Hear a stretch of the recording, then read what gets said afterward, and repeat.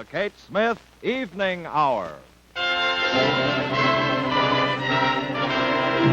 Presented by new... There goes Sink Smog, the guy who makes your sink look dull and dingy. He's being swept away by new Babble, world's sudsiest cleanser. Yes, new Babble outsuds any other cleanser. That's why so many might brighter, whiter Babble. No sink smog with Babble.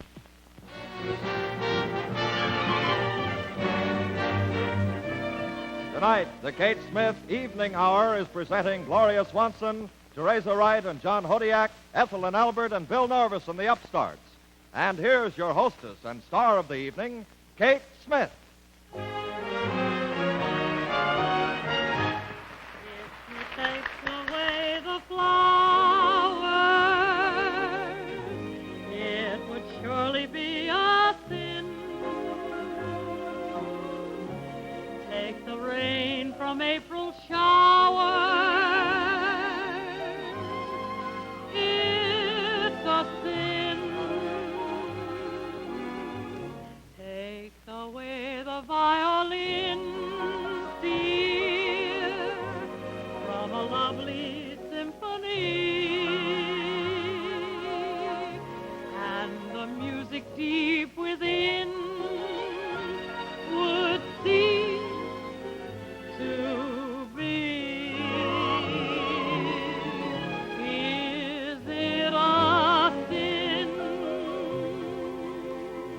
to love you so, to hold you close and know you are leaving? Though you take away my heart, dear, still the beating there within, I'll keep loving you forever, for it's no sin. Is it a sin?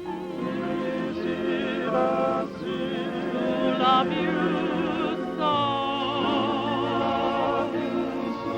to hold you close and know you are leaving?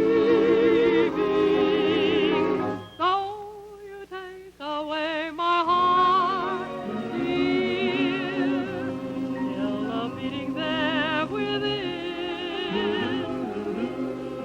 I'll keep loving you forever, for it's no sin.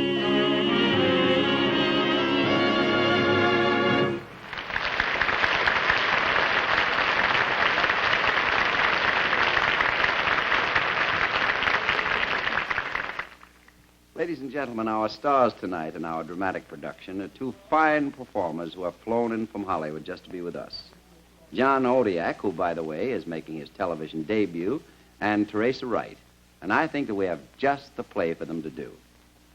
I guess you've undoubtedly all heard about the fabulous money that some football players make and the big jobs a few of them get after their playing days are over.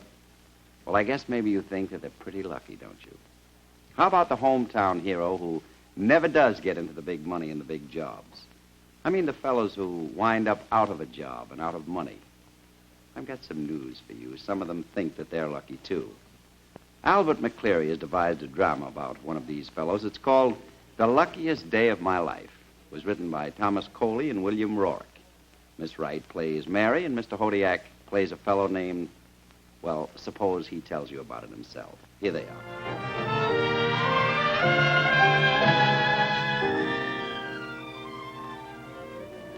My name's Steve Pulaski. You don't know me, but a lot of people did once, at least around a town with the name of Housatonic Falls, Massachusetts. But I'm not going to talk about those days. I'd like to tell you about the time a few years ago when I had exactly 8 cents in my pocket. The mills around town were shut, and I didn't have a job. I didn't have a friend in the world. If anybody had told me it was the luckiest day of my life, I think I'd have hit him. I've been walking around for hours trying to forget how hungry I was. As I was crossing through the square, I saw something lying in the path.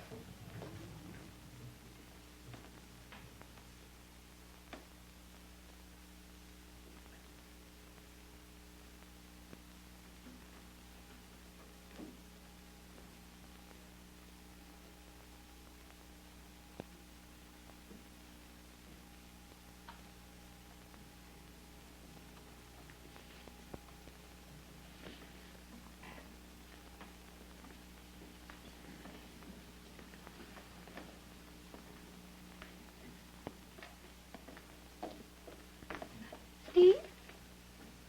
Aren't you Steve Pulaski? Yeah. Well, for heaven's sake. You wouldn't remember me, but I'm Mary Rogers. Oh? We went to high school together. I sat 2 seats behind you in American history. Remember? Pulaski, Quinn, Rogers. I'm Nat Rogers. Oh, yeah. Well, I gotta be going. Well, I shouldn't have stopped you, but I was so glad to see you. Why? Why would anybody be glad to see me? Why, who wouldn't be glad to see the greatest quarterback that Housatonic Falls ever had? Don't tell me you remember that. Why, of course I do. I'll never forget that game against Watertown. But I mustn't keep you. Well, wait a minute. You saw the Watertown game? Well, of course I did. I was on the 10-yard line when you made that touchdown. When I found out later that you'd been playing with a broken rib, I just cried. I guess that sounds kind of silly, doesn't it? Say, look, would you like to sit down for a second and talk? Yes, I'd love to.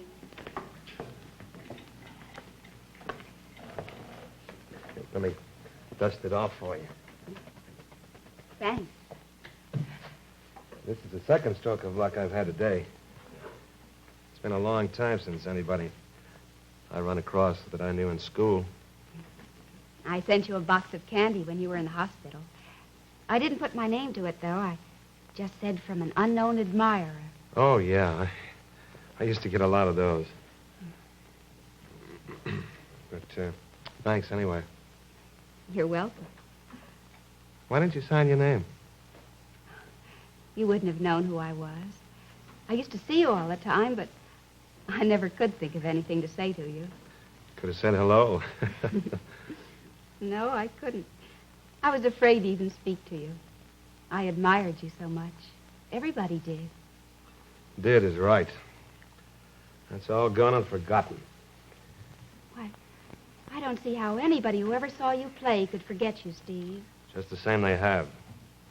The only thing they know now is that I've been out of work for 3 months, and I go around making a nuisance of myself, begging for a job. You mustn't blame yourself for that. I don't. The people who sat in the stands and used to cheer for me and spell out my name. Where are they when you need them? High school hero, eh? You can't eat your scrapbook. Steve, you shouldn't talk like that. It hasn't just happened to you. A lot of people in town are out of a job. There's no reason to get bitter about it. Why, you used to be the bravest person I knew. I don't need a lecture. Thank you.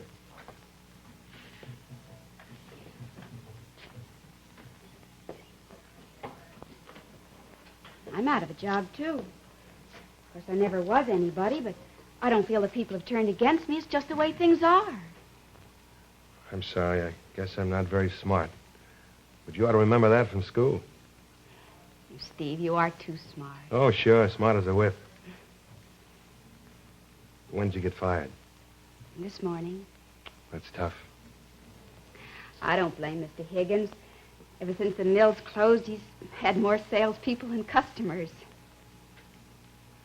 You know, Mary, you're the first person in years that's treated me like a friend. Can I tell you what really gets me down? What is it, Steve? Well, ever since I was a kid, I was trained to win at anything I did, and now that I'm beaten, it just about kills me. But you're not beaten. How could you be? Anyway, there are different kinds of winning, and one kind of winning is to know how to keep going when things get tough. You ought to know that, Steve. Why, I learned it from watching you. Thanks, Mary. I'm glad you said that. A person has to have somebody admire them once in a while. Now, I guess so. I don't suppose anybody's ever admired me. At least not since my father died. I don't know much about being admired. I guess what I want is for somebody to care for. Well, that shouldn't be hard. You're very sweet. I didn't mean somebody to care for me. I meant somebody to do things for. Somebody to make you feel that you're needed. And I'm talking too much. No, you're not. I'm glad you came along just now. You've done me a lot of good. It's been good for me, too. I've had a terrible day, really. First, I got let out of the store, and then walking home, I must have dropped my purse somewhere. I can't find it anywhere. You, lost your purse? Yes, I didn't miss it until I got on the bus, and then... Oh, don't you worry about it. It'll turn up. Maybe it won't. What did it look like? Just a little thing like that. It wasn't real leather or anything. Is this it? Steve, you found it. Oh, how wonderful. I'm very glad to get it back. It had my Social Security card in it and my father's picture. It also had $28 in it. No, it didn't. It didn't have any money. Yes, it did. Why did you do that? Please, Mary, don't cry. You get so desperate, it doesn't even seem like stealing. Sometimes you get into such a spot that you forget who you really are. It takes somebody to remind you. I didn't mean that. I meant, why did you give it back? I wanted you to keep it. I wanted to help you. Just once I wanted to be able to do something for you. Mary, you have done something for me. But I'd better be going.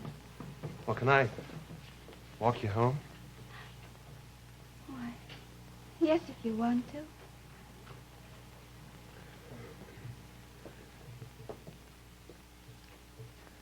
That's how I learned that money isn't everything, and success isn't everything. As Mary said, the important thing is to have somebody to care for, somebody to believe in. And that's why I tell everybody that the day I found my wife, well, that was the luckiest day of my life.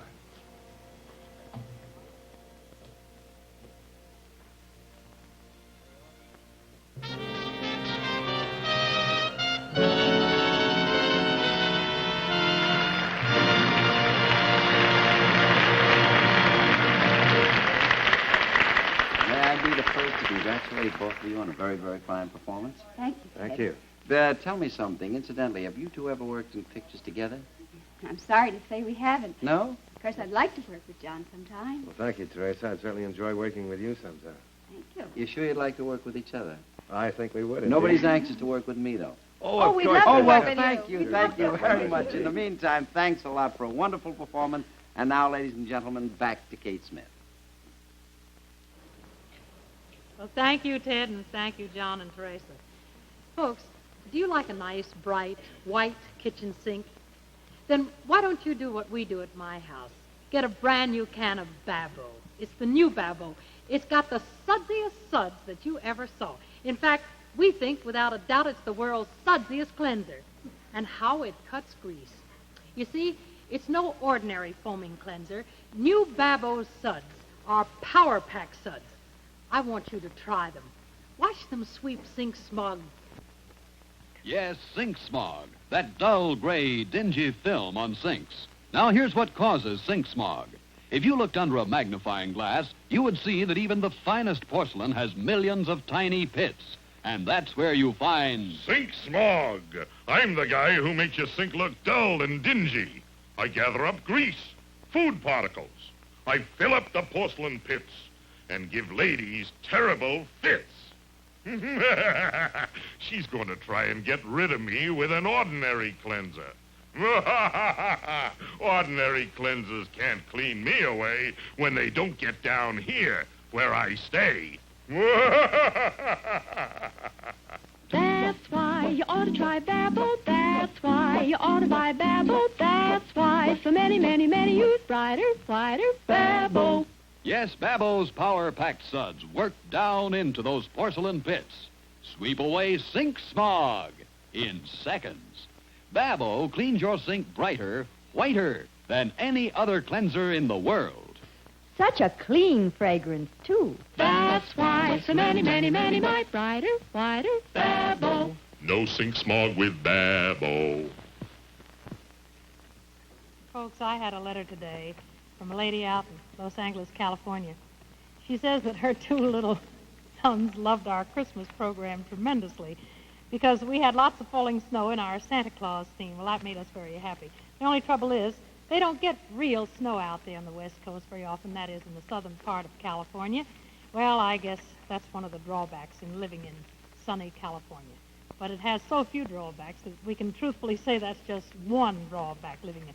I remember one year when I was out there, they had a freak snowfall in Los Angeles, and some little boys and girls thought all of that white stuff coming down out of the sky was cornflakes. I remember so well one little youngster running up to me and saying, "Look at the cornflakes." I couldn't believe it myself when I heard that. As for Santa Claus, well, I guess it's just too warm out there in Hollywood for the poor old gentleman to wear a bright red woolen suit, so poor old Santa's reduced to wearing slacks and sports shirts with the initials SN monogrammed on the pocket. SN, you see, stands for St. Nick. That's right. Being a Hollywood Santa Claus, he makes his rounds in a convertible Cadillac instead of in the usual sleigh with his prancing reindeer, and I guess he wears a famous white beard and a poodle cut. So you see, seriously though, I think that a thing in regards to weather is very important in all sections of our country. There are certain things that are traditional with certain kinds of weather. While we're on the subject of weather, here are 5 talented youngsters with some appropriate musical comment all their own. Ladies and gentlemen, I want you to meet now, again, Bill Norvis and the Upstarts, and they're going to give you their version of Heat Wave.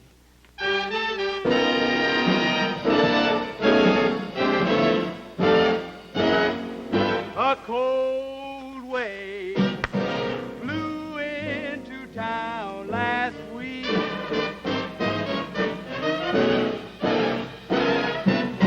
Tempers stopped to freezing. People started coughing and sneezing. Until they were worn out and weak.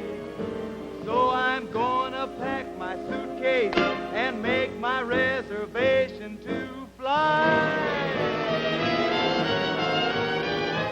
to the island of Martinique, where I can spend a week in a climate that's warm and dry. Goodbye.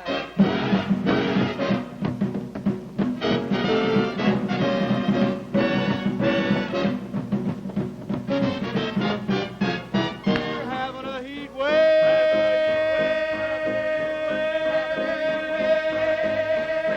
We're having a tropical heat wave.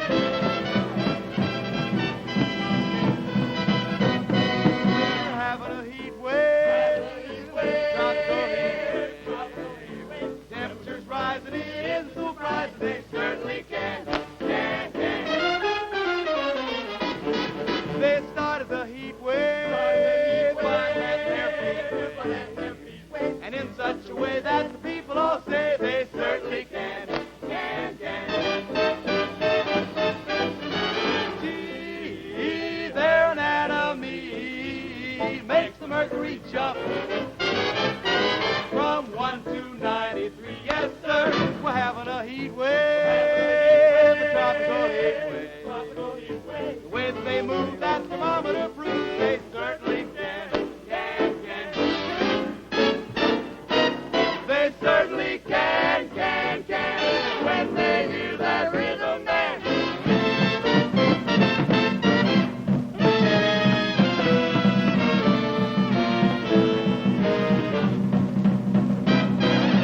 It's so hot, the weatherman will tell you recommend man. It's so hot, a coat of tan will cover your face in the shade.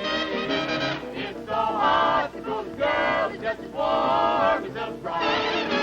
It's so hot, a chicken laid an egg on the street, and it fries. We're having a heat wave, a tropical heat wave. Temperatures rising, it isn't surprising.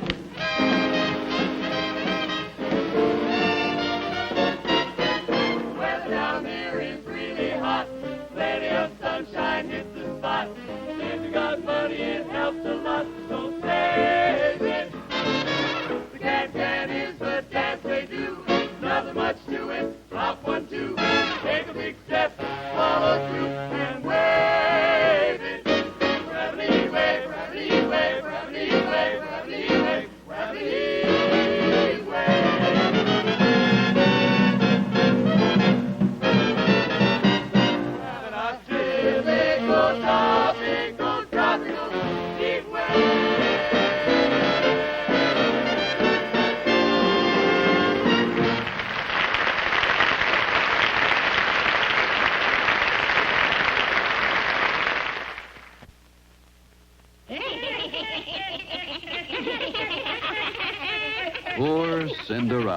She couldn't go to the ball until she cleaned the sink. Now Cinderella had it tough.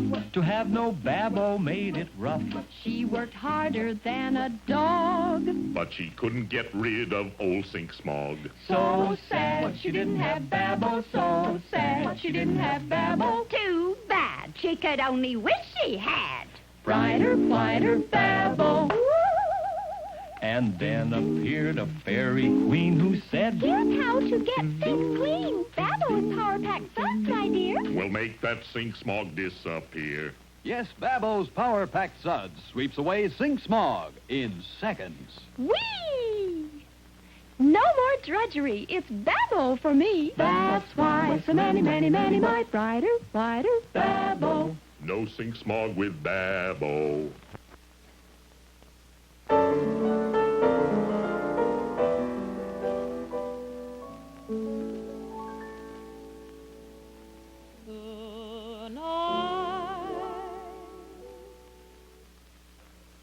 I mustn't think of him.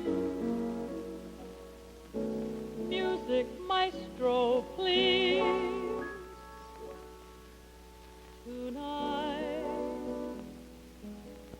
Tonight I must forget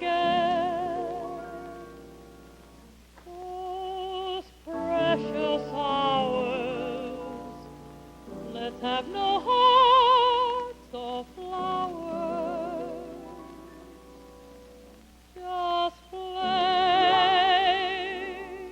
your lilting melody. Ragtime, jazz time, swing, any old thing to help me the pain that solitude can bring. He used to like waltzes, so please don't play a waltz. He danced divinely, and I loved him so. But there I go tonight. I mustn't think of him. No more memories.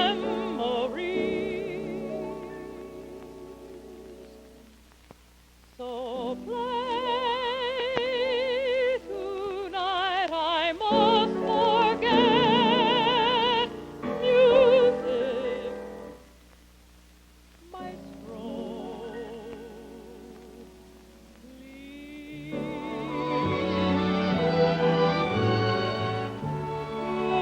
Tonight I mustn't think of him. Music, maestro, please.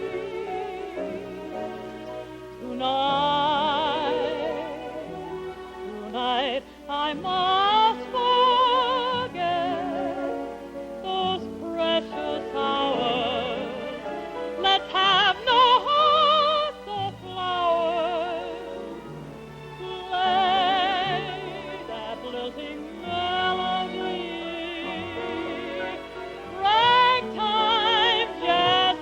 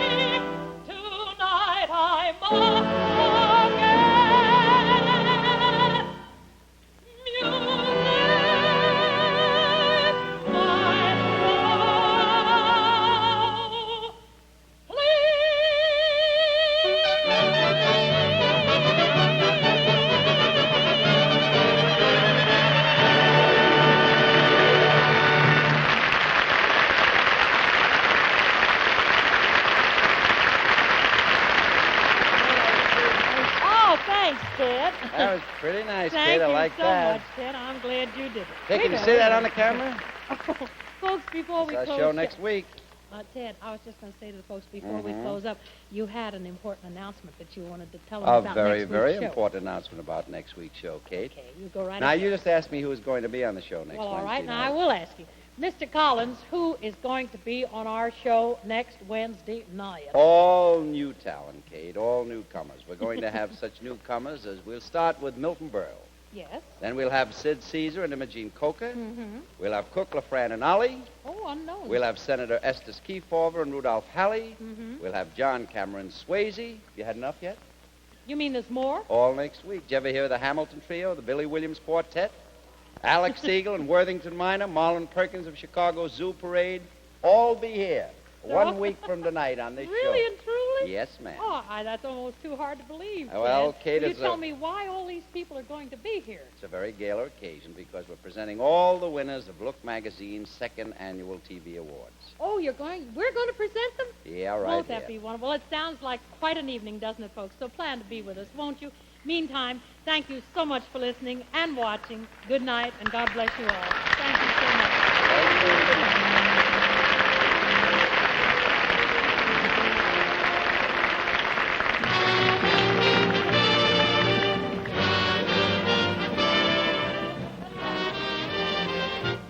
Next week, this portion of the Kate Smith Evening Hour will be brought to you by Nord. You don't know what you're missing if you don't see Nord.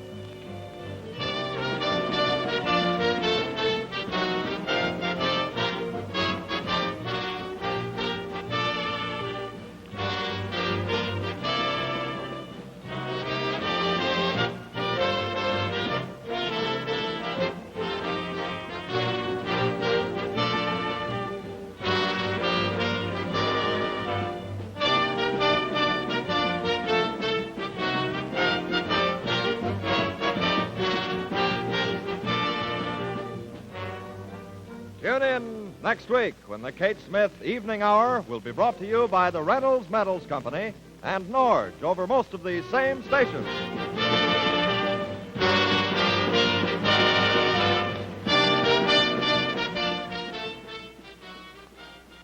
NBC Television.